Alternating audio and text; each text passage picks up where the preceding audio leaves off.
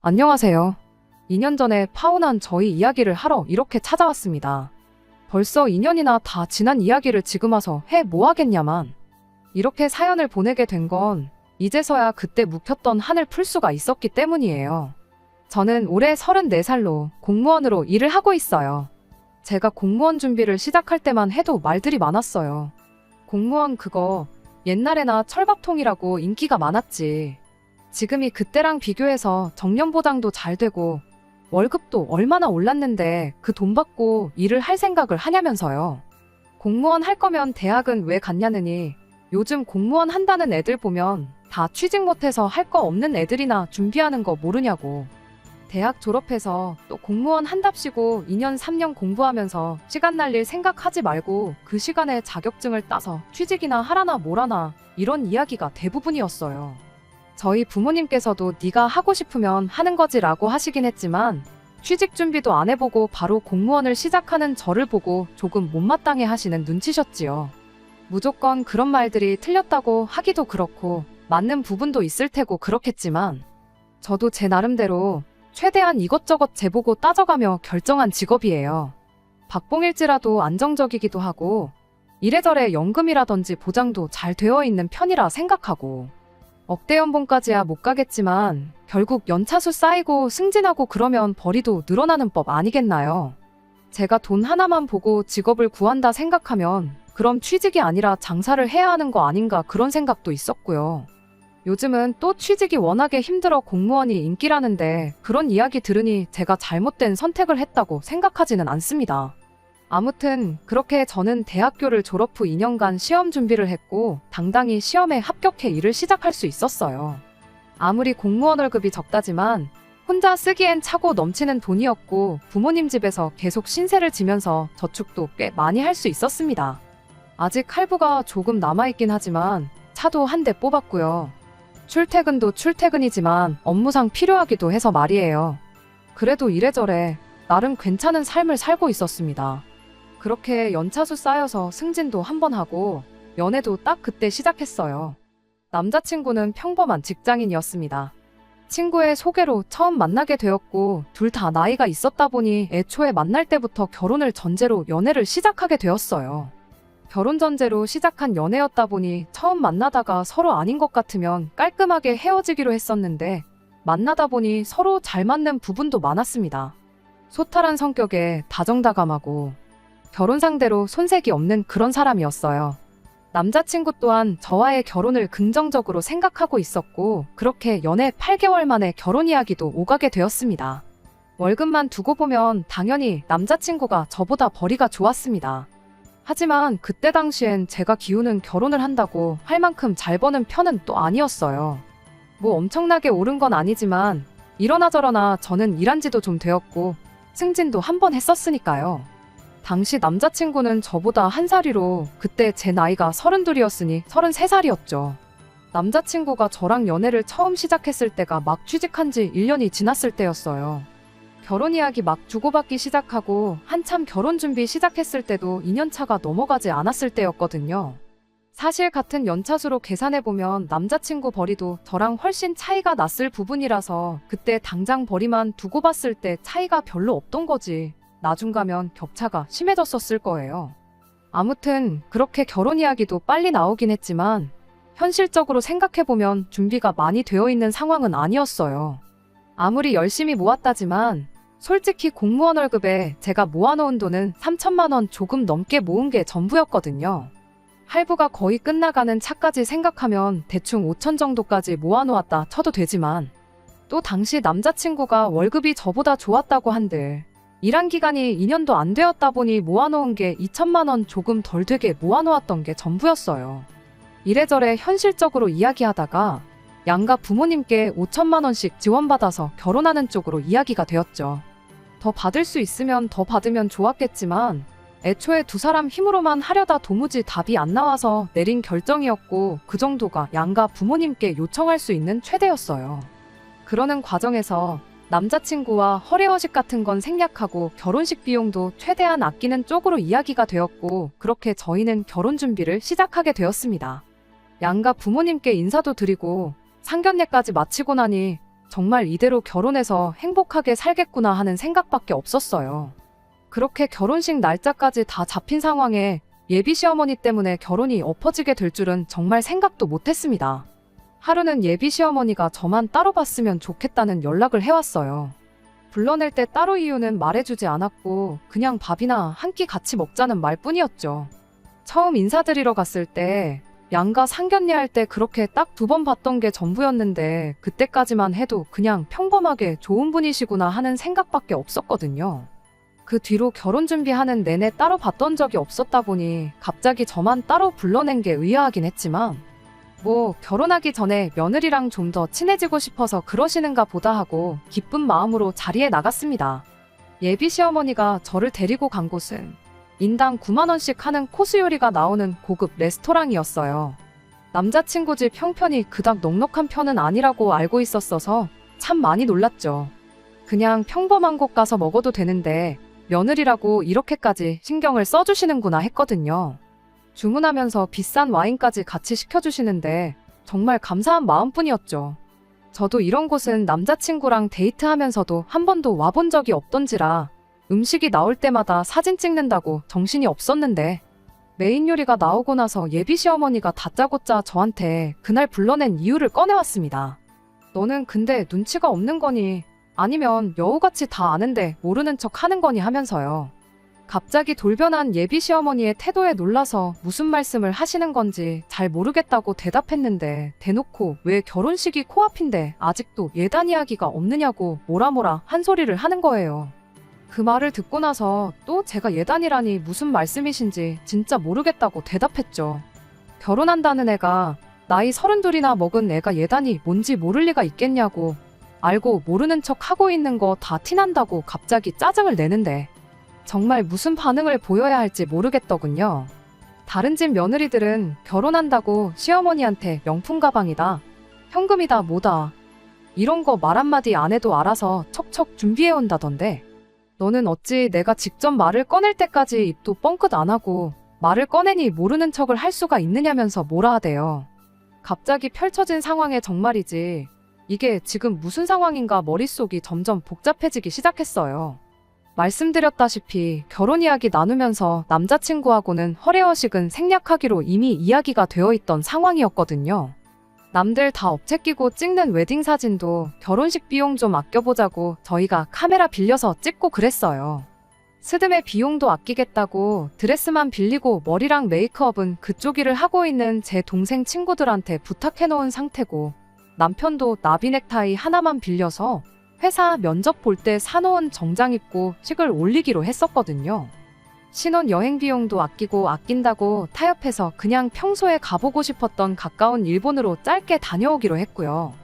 그렇게 결혼식 준비까지 다 끝내놓은 상황에 갑자기 예단 타령을 해대니 어떻게 반응을 보여야 할지 정말 혼란스럽기만 했습니다. 혹시나 저러시는 게 남자친구가 예비 시어머니한테 우리가 허례허식도 생략하고 다른 비용도 최대한 절약해서 결혼을 하기로 한 사실을 말을 안 했던 건가 싶어 최대한 조심스럽게 말을 꺼냈습니다. 저희가 워낙에 모아놓은 돈이 없이 결혼한다고 저희들끼리는 예단 같은 건 생략하기로 이미 말을 끝내놓은 상황이라고 혹시 남자친구가 따로 말을 안 했던 거냐 물었죠. 그랬더니 대본에 5천만 원 해주기로 하지 않았냐는 말을 꺼내시대요. 5천만 원이나 지원해 주시기로 한 거 너무나 감사한 일이지만 저희가 그 돈에 우리 모은 돈 다 합쳐도 돈이 얼마 되지가 않는 상황인 거 아시지 않느냐고 당장 신혼집도 어떻게 해야 할지 갈피가 서지 않아서 남자친구가 혼자 지내는 자취방에 신혼살림 대충 차려놓고 천천히 구하려고 하는 것도 알고 계시지 않느냐고 그런데 갑자기 예단이라니 솔직히 너무 당황스럽다 이렇게 대답을 했어요. 그랬더니 또 5천만 원 지원해주는 걸 가지고 뭐라고 한마디 하더라고요. 저희 집에서 똑같이 5천 해가는 것도 마음에 안 들어서 한마디 하려다가 참았었다나요. 그 말은 어이가 없었어요. 똑같이 양가에서 5천씩 해주는데 마음에 안 들고 말고 할 게 어딨나 싶었죠. 예비 시어머니는 대번에 저한테 그렇게 말하더군요. 공무원이 벌어봐야 얼마나 버냐고 말이에요. 앞으로 내 아들이 벌어올 돈이 훨씬 많은데 똑같이 5천을 해오는 게 네 생각에는 공평한 것 같냐며 오히려 저한테 따져묻더라고요. 제가 반반 결혼은 들어봤어도 결혼 전에 앞으로 평생 벌어올 돈에 맞춰서 비율대로 해오는 결혼은 그때 또 처음 들어봤네요. 당장 부모님 지원을 포기한다 쳐도 2천도 못 모은 어머님 아들보다 제가 훨씬 더 많은 돈을 해가는 거 모르시냐. 반반 결혼을 한다고 치면 솔직히 저희 집에서 3천만 원도 안 도와줘도 그만인 부분이다. 그렇게 받아쳐줬더니 예비 시어머니가 저보고 또 웃긴다면서 되지도 않는 잔머리 굴리지 말고 계산을 똑바로 하라는 거 아니겠어요? 단순한 덧셈 뺄셈인데 머리를 굴려서 계산까지 할 일이 아니잖아요. 당최 무슨 말을 하고 싶어서 저러는 건지 이해가 가지 않았죠. 혹시 내가 자동차 가져가는 걸 내가 가져가는 돈에 포함시켜서 저러는 건가? 그런 생각이 들더군요. 순수하게 돈만 가지고 이야기하자는 것 같은데 그래도 제가 남자친구보다 2배 이상 모아놓은 상황이었습니다. 그래서 알겠다고 순수하게 현금으로만 계산하면 4천만 원 조금 덜 된다고. 결혼 후에도 계속 타고 다닐 차고 어머님 아들도 같이 쓰게 될 텐데 당연히 제가 가져가는 돈에 포함시켜야 된다고 생각해서 포함시킨 거라 대답했습니다. 그리고 그렇게 차를 빼고 계산한다고 쳐도 순수하게 현금만 두고 보면 여전히 어머님 아들의 2배 가까이 해가는 건데 어떻게 제 계산이 틀린 건지 따져 물었습니다. 그랬더니 뭔 되도 않는 자동차 이야기를 꺼내냐며 끝까지 저보고 계산 참 웃기게 한다며 비아냥거리는 거 아니겠어요? 그럼 대체 어떻게 계산을 해야 하는 건지 싶어서 예비 시어머니한테 한마디 따져 물었죠. 그랬더니 이렇게 말하대요. 네가 모았다는 그 4천만 원이 누구 주머니에서 나온 줄은 아냐더니 공무원 월급이 바로 국민의 세금에서 나오는 거 아니겠냐는 겁니다. 당최 무슨 소리를 하려는 건지 도무지 이해가 안 가서 네? 하고 뭔 소리를 하는 거냐 되물었지요. 그랬더니 한다는 소리가 국민 세금으로 받는 제 월급이 평생 당신이랑 아버님이 내온 세금에서 나온 거나 마찬가지 아니겠냐더군요. 거기에 남자친구도 일을 시작하고 세금을 내기 시작했으니 남자친구 돈까지 포함된 거랍니다. 말인즉슨 자기들이 낸 세금으로 그동안 제가 밥 벌어먹고 살아온 거고 그 덕에 돈도 그만큼 모을 수 있었다는 소리지요. 그러니까 저는 땡전 한 푼 안 해오는 거나 마찬가지라는 겁니다. 맨몸으로 시집을 올 거면 당연히 예단 정도는 해오는 게 도리 아니겠냐고 따지고 드는데 한마디로 어이가 없었죠. 곧바로 예비 시어머니한테 그건 또 무슨 논리냐고 따져 물었어요. 세금은 저도 내고 있고 저희 부모님도 평생을 내셨고 아니 누가 내고 안 내고를 따지기 전에 대한민국 국민 중에 세금 안 내고 있는 사람이 세상에 어디 있느냐고요. 예비 시어머니는 제 말에는 대답을 안 하고 여태까지 자기가 낸 세금이 얼마나 되는지 아느냐면서 끝까지 여지껏 제가 받은 돈은 당신이 준 돈이나 마찬가지라고 막무가내였습니다.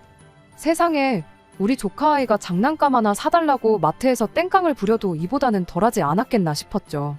그래서 그냥 알겠다고 제가 포기했어요. 명품 가방 하나 예단으로 사오면 되는 거냐고 뭘 갖고 싶으시냐 대답했죠. 예비 시어머니는 이제서야 말이 통한다는 듯이 씩 하고 웃더니 진작에 이렇게 나오지 그랬냐며 괜히 아까운 음식만 차갑게 식지 않았느냐고 더 맛없어지기 전에 얼른 먹으라고 하시대요. 그러면서 곧바로 핸드폰으로 찾아놓은 걸 보여주더라고요. 아마 모르긴 몰라도 제가 따져묻지 않고 당연히 해드려야죠 순순하게 나갔으면 바로 보여주려고 이미 준비를 다 해놓은 게 아닌가 싶었네요. 그래도 한 번 받는 거라고 좋은 거 받고 싶었는지 800만 원짜리 가방을 골라놓으셨길래 이거면 되는 거냐 했죠. 내친 김에 식사 끝나면 당장 사러 가자고 그렇게 한마디 하고 예비 시어머니한테 마지막 한마디 해줬습니다. 그럼 이거 받으시는 걸로 여지껏 나라에 세금 냈던 건 다 돌려받으신 걸로 알겠다고. 앞으로 여태까지 세금 내오신 걸로 나라의 그 어떤 혜택이라도 하나 받으시면 가방도 돌려받아 갈 거고 반반 결혼 맞춰야 하니 3천만 원도 더 준비하시라고요. 그 말이 끝나기 무섭게 예비 시어머니가 깜짝 놀랐는지 입에 있던 걸 푸악하고 내뱉더니 사례라도 걸린 듯 콜록콜록 재채기만 하시대요. 옆에 시켜놓은 비싼 와인 한 잔 들이마시고 잠깐 숨을 돌리더니 그건 또 무슨 미친 소리냐길래 어디가 미친 소리냐고. 어머님이 여지껏 낸 세금이 제 월급이나 마찬가지시라니까 혜택을 받아도 나한테 받아야지 나라에 요구하는 건 말도 안 되는 거 아니냐 했죠.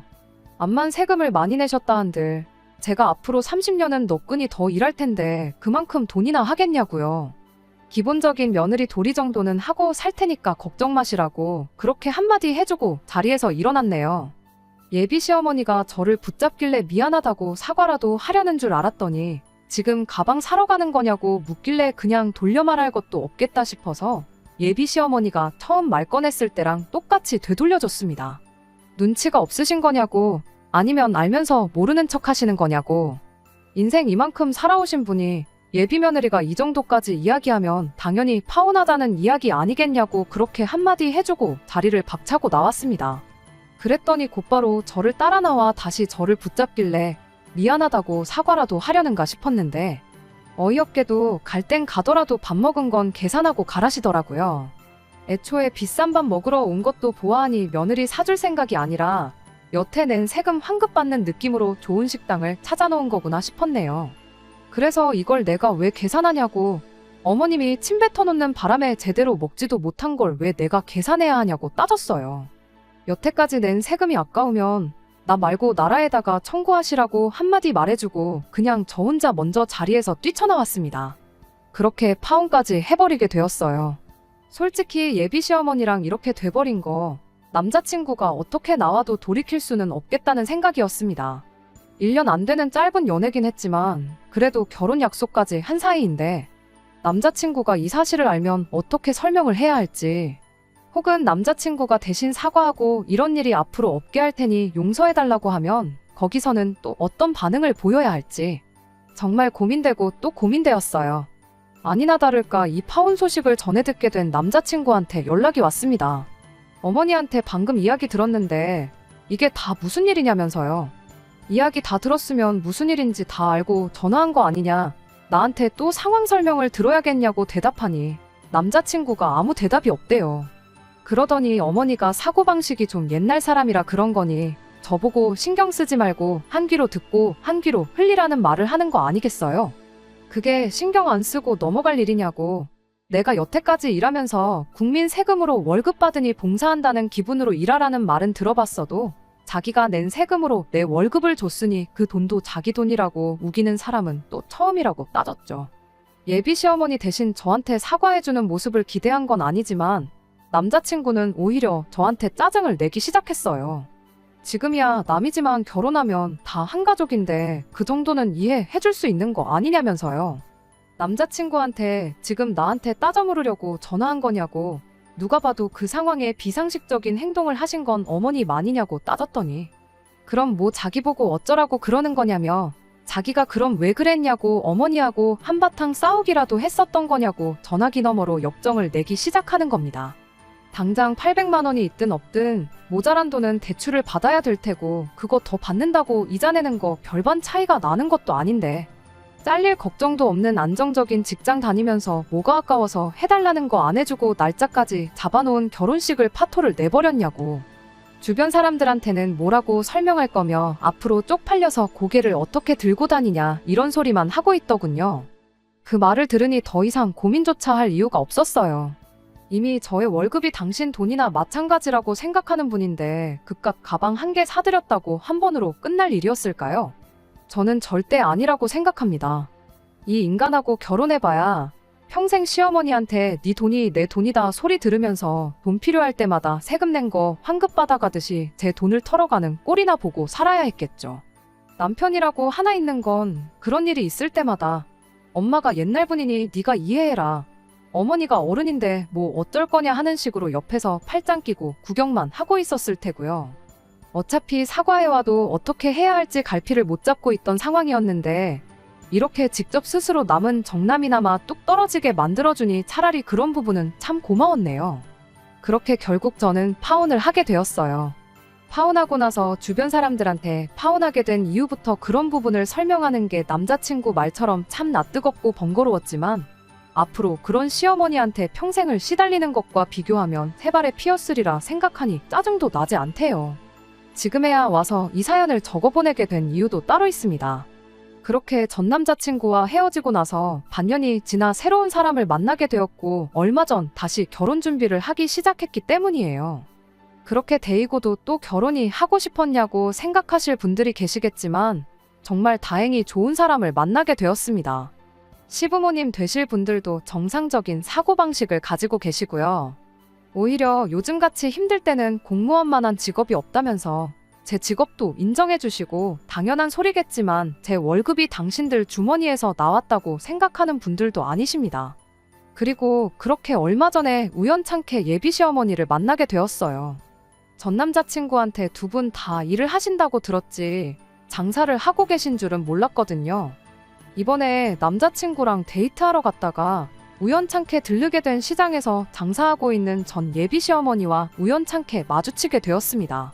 기분 나빠서 나가려다가 현금 계산은 할인해준다고 버젓이 써있는 문구를 보고 세금도 똑바로 안 내신 것 같은데 그때는 너무하셨던 거 아니냐고 아무렇지도 않은 척 한마디 해줬어요.